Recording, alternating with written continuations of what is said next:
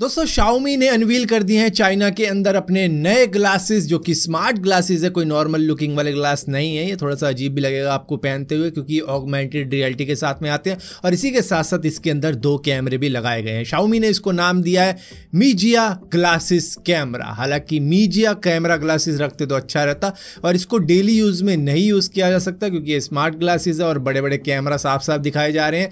तो आप ऐसा नहीं है कि हाँ भाई मैं किसी की वीडियो रिकॉर्ड कर दूंगा, इससे नहीं, सब कुछ पता लग जाता है भाई। 50 मेगापिक्सल का एक कैमरा, 8 मेगापिक्सल का एक और कैमरा इसके अंदर लगाया गया और सब कुछ सेंसर वेंसर कैमरा बैटरी मिला के ये 100 ग्राम का हो जाता है। इसके अंदर OIS भी मौजूद है, यानी कि इमेज स्टेबलाइजेशन का भी फंडा इसमें डाल रखा है। दोस्तों नासा ने वैसे तो मार्स पे से अब तक करीबन 11 सैंपल कलेक्ट कर लिए हैं और वो धरती के ऊपर भी वापस लाएंगे। फिलहाल के लिए परसिवियरेंस रोवर का यही काम हो रखा है कि वो मार्स पे से सैंपल इकट्ठे करता रहे, लेकिन एक्सपेक्ट मत करना कि अभी 2-3 साल में ही ये वापस आ जाएगा। दरअसल 2033 तक ही ये सैंपल अर्थ के ऊपर वापस आएंगे, क्योंकि इन सैंपलों को वापस लाने के लिए भी 1-2 मिशन लगाएगा नासा, ताकि वो इन सैंपलों को वापस लेके आ पाए। और यही ट्रिकी पार्ट है कि वो किस तरीके से वापस लाएंगे। यहीं पर डॉक्टर मोर्गेगा कूपर नाम के एक प्लैनेटरी प्रोटेक्शन इंजीनियर हैं, उन्होंने एक बात साफ साफ कही है कि इसमें हमें काफ़ी ज़्यादा सेफ्टी बरतनी होगी, काफ़ी ज़्यादा सही प्रोटोकॉल का यूज़ करना पड़ेगा,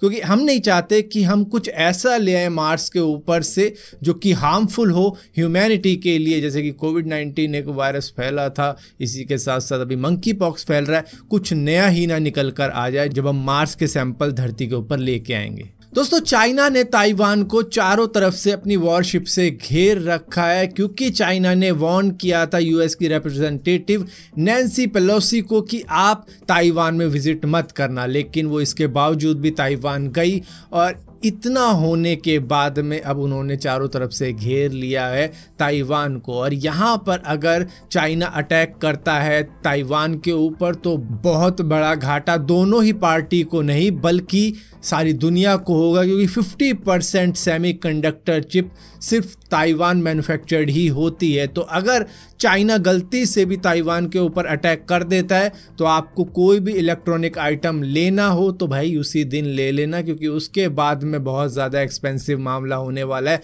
मोबाइल, लैपटॉप, कंप्यूटर, हर चीज़ इलेक्ट्रॉनिक से जुड़ी हुई एक्सपेंसिव हो जाएगी, तो आप तभी ले लेना। यूएस ने हमेशा ही ऐसा किया है। अगर यूक्रेन और रशिया की वॉर भी देखें तो वहाँ पर यूक्रेन को पुश किए जा रहे थे, लेकिन इसके बाद में जैसे ही सब कुछ हुआ तो बस खड़े होकर तमाशा देख रहे हैं। और यही सेम चीज़ इन्होंने ताइवान के साथ में भी करी है। तो मे बी चाइना कुछ कर बैठे या नहीं करे। दोस्तों अभी तक शायद आप में से भी कुछ लोगों ने स्टारलिंक सैटेलाइट को देख रखा हो अपनी नंगी आंखों से भी, लेकिन आने वाले वक्त में जो नेक्स्ट जनरेशन सैटेलाइट होगी इनकी, वो नहीं देखी जा पाएंगी कुछ इस तरीके से। फिलहाल के लिए इन्होंने करीबन 4200 सैटेलाइट अब तक भेज रखी हैं, जिसमें से 2300 ऑपरेशनल है, लेकिन इनको करीबन 44-45 हज़ार सैटेलाइट भेजनी है इंटरनेट के लिए, सारी दुनिया में फैलाने के लिए। तो उससे होगा क्या कि अगर वो इसी तरीके की भेजते रहे तो लाइनें ही लाइनें फिर इंसानों को दिखने लग जाएंगी। तो इस तरीके की चीज़ें ना हो तो उसके लिए अब ये रिफ्लेक्शन रोकने के लिए कुछ नए कलर के सैटेलाइट और सनवाइजर टाइप की कोई टेक्नोलॉजी भी इसके अंदर यूज़ करने वाले हैं, जिससे कि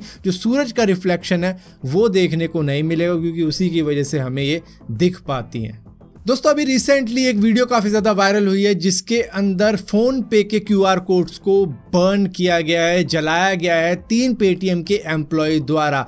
ग्रेटर नोएडा का ये इंसिडेंट है, जहां पर बहुत सारे इकट्ठे करने के बाद में जला दिया गया था, जिसके बाद में पाया गया कि ये पहले फ़ोन पे के एम्प्लॉय हुआ करते थे, इन्होंने वो छोड़ दिया और उसके बाद में पेटीएम ज्वाइन कर लिया और सारे QR कोड जला दिए फ़ोन पे के। दरअसल होता है क्या है कि दुकान वालों के पास में ये QR कोड वगैरह जाते हैं और उनके थ्रू जब पेमेंट होती है तो उनका भी फ़ायदा होता है। तो हर एक कंपनी चाहेगी कि उनके थ्रू ही सारी पेमेंट जाए और उनका QR कोड यूज़ किया जाए। तो फ़ोन पे के सारे QR कोड जलाने के बाद में मे बी पेटीएम के QR कोड उन दुकानों पे उन मर्चेंट्स को दे दिया गया होगा कि लो इसको स्कैन करवा के पेमेंट लिया करो। तो ये ना फ़ायदे वाली स्कीम होती है, क्योंकि ये देने पर भी पैसा मिलता है, जितने आपने दिए और दुकान वालों ने लगाए उस हिसाब से आपको पैसा मिल जाता है। तो स्कीम कुछ इसी तरीके की है, जिसके बाद में इन तीनों एम्प्लॉयज़ के ऊपर केस रजिस्टर कर लिया गया और पेटीएम का कहना है कि हमारा इसमें कोई लेना देना नहीं है, ये हमारे वर्क एथिक्स के खिलाफ है। लेकिन फ़ोन पे के कई सारे QR कोड जल गए तो उनकी भी भी जल गई, जिसकी वजह से केस लगा दिया उन्होंने। दोस्तों त्योहारों का सीज़न बस स्टार्ट ही होने वाला है, जैसे कि अब रक्षाबंधन आने वाला है, तो भैया मिठाइयों वालों के मज़े हो रखे हैं। लेकिन आगरा के अंदर एक मिठाई वाला है जो कि घेवर बेच रहा है 25,000 रुपये किलो के हिसाब से, और अब तक वो 12 किलो बेच भी चुका है। आप कहोगे ऐसा क्या मिक्स कर दिया इसने घेवर के अंदर? दरअसल ये चांदी का वर्क नहीं लगा रखा है इसने गोल्ड का वर्क लगा रखा है, जिसकी वजह से इसका प्राइस इतना ज़्यादा एक्सपेंसिव हो रखा है। लेकिन ये नॉर्मल घेवर जैसा ही है, टेस्ट भी वैसा ही है। लेकिन हाँ भैया, गोल्ड का अगर वर्क करवा रहे हो तो 25,000 रुपये किलो के हिसाब से ही इसको बाय करना पड़ेगा, और इन्होंने 12 किलो बेच भी दिया है। दोस्तों दुबई के क्राउन प्रिंस हमदन बिन मोहम्मद ने तारीफ की है एक डिलीवरी बॉय की, जिसने बीच रोड पे से ही दुबई के अंदर 2 ईंटें उठा के साइड में रख दी। कोई फेंक के चला गया होगा, किसी के ट्रक व्रक में से गिर गई होगी, लेकिन इस बंदे की उन्होंने तारीफ भी की और इसी के साथ साथ ये भी कहा कि मैं तुमसे पर्सनली मिलूंगा भी। इसका नाम है अब्दुल गफ्फूर। और भाई देख, ऐसा मत कहियो कि नहीं मुझे नहीं चाहिए, वो मेरा फर्ज था, ये था, जो इनाम दे ले लियो, क्या पता तेल का कुआं ही दे दे। दोस्तों यूपी का एक बंदा जिसका नाम बिहारी लाल है, वो 100 रुपये निकालने के लिए एटीएम जाता है, जिसके बाद में उसको मालूम चलता है कि उसके बैंक अकाउंट में 2,70,00,000 रुपए हैं। वो खुश हो जाता है। इसके बाद में वो एक और बार चेक करने के लिए देखता है, 2,70,00,000 रुपए ही आते हैं। फिर वो जाता है बैंक अपने पासबुक में एंट्री करवाने के लिए कि पैसे कहाँ से आए, तो उसको मालूम चलता है कि हाँ भाई 2,70,00,000 रुपए इसके अकाउंट में है। तो भैया इतना पैसा जब आता है तो कौन किसको बताता है? वो चुपके से अपने घर जाता है, लेकिन उसकी खुशियां तभी धरी की धरी रह जाती हैं क्योंकि उसके अकाउंट में सिर्फ तब 126 रुपए ही बचते हैं, क्योंकि ये बैंक की कोई एरर थी जिसकी वजह से इसके अकाउंट में गलती से पैसे ट्रांसफर हो गए थे। अब इसी तरीके का सेम इंसिडेंट महाराष्ट्र के अंदर भी हुआ था एक बंदे के साथ में, जिसके अकाउंट में अचानक से 15 लाख रुपए आ जाते हैं और वो काफ़ी ज़्यादा खुश हो जाता है, जैसे कि उसकी कौन बनेगा करोड़पति में लॉटरी लग गई हो, और वहाँ पर वो 9 लाख रुपए निकाल भी लेता है अपने घर बनवाने के लिए। लेकिन उसका सपना ज़्यादा दिन नहीं चलता है, क्योंकि बैंक का नोटिस आ जाता है कि 9 लाख रुपए वापस करो, गलती से आ गए थे तुम्हारे अकाउंट में।